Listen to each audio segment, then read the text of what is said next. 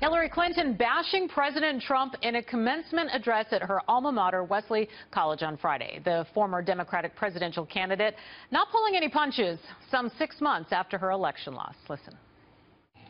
We were furious about the past presidential election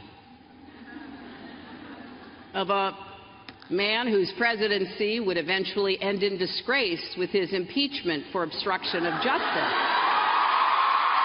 After firing the person running the investigation into him at the Department of Justice.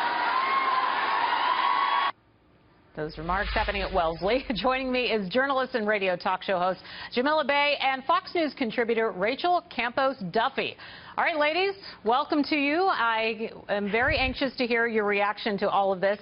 I'll start with you, Jamila. Many have described this speech as particularly aggressive for Clinton. The Washington Post even described it as remarkably aggressive anti-Trump. What'd you make of it?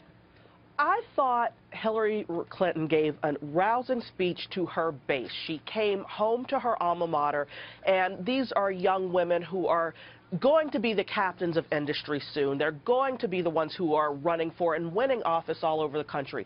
We saw them descend on Washington with their little pink hats on and decide to make it known, we women who are graduating, congrats to you grads, are going to make a difference in this world. And Hillary Clinton drew a parallel to this moment in time, to the moment in time where she herself was a young graduate with the world before her.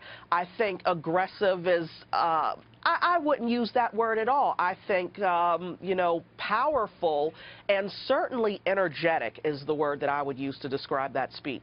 Go grads.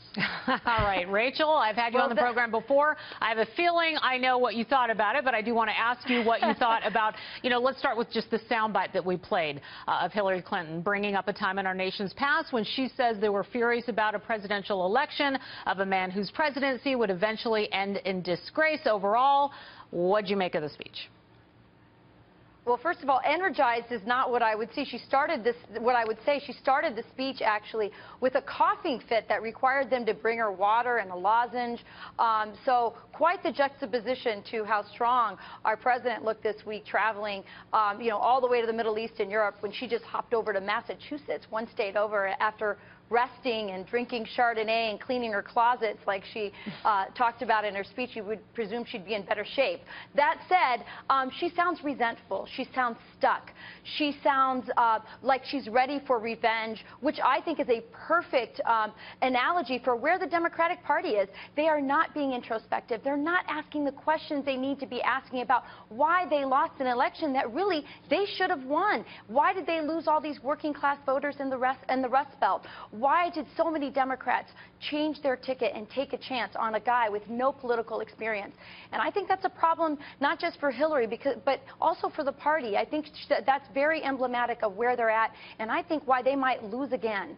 Well, Jamila, Clinton also asked the graduates to consider when people in power, she says, invent their own facts and attack those who question them, saying that it marks the beginning of the end of a free society. That was in her speech, obviously another stab at the president. You think that was fair?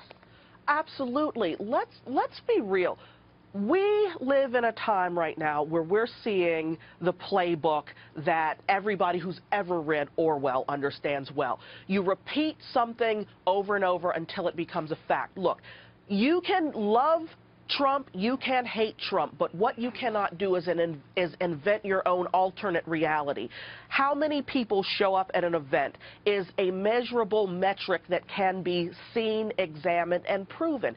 You cannot say one thing, have it disproven, and then go, oh, well, that's just our alternative fact. That's an alternative reality. Saying such a thing on a campus was a brilliant move on her part, rather. Facts matter. Facts are important. Well, and when you she have also a president, said, Rachel, go ahead.